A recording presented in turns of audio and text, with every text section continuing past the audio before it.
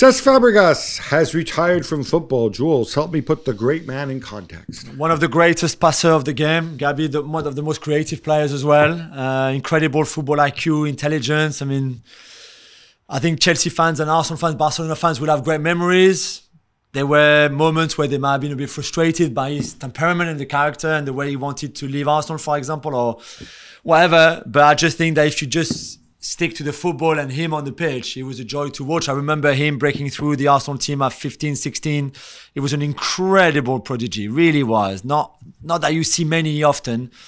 And then he had the career, okay, maybe not winning the Champions League. That's the only thing really missing out.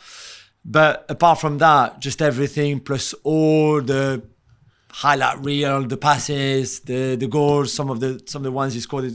Just a great guy. For me, who knew him well from a very young age, I have to say I only have love for him and respect. There's two things sort of non-football wise that stand out for me. One is a story which I think has been told many times about how, the rules in European football say that you can only move when you're 16 years old, and that you can't sign a professional contract though until that age. And this is how, less so today because there's more of a gentleman's agreement, but back then clubs had no compunction about going in and offer money, taking players.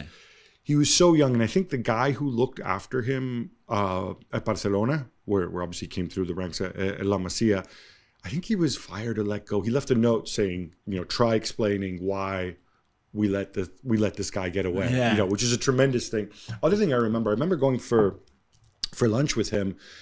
He must have been maybe 19 years old, something like that. He's already an Arsenal first teamer. And he took us back to the digs that he lived in when he, the family he lived with when he was 16 years old. And he talked about how weird it was that people called him Fabregas. He said one of the early games, people started singing his name. And he's like, is my dad here? Like, I just love the fact he was mature, but he was funny beyond his years.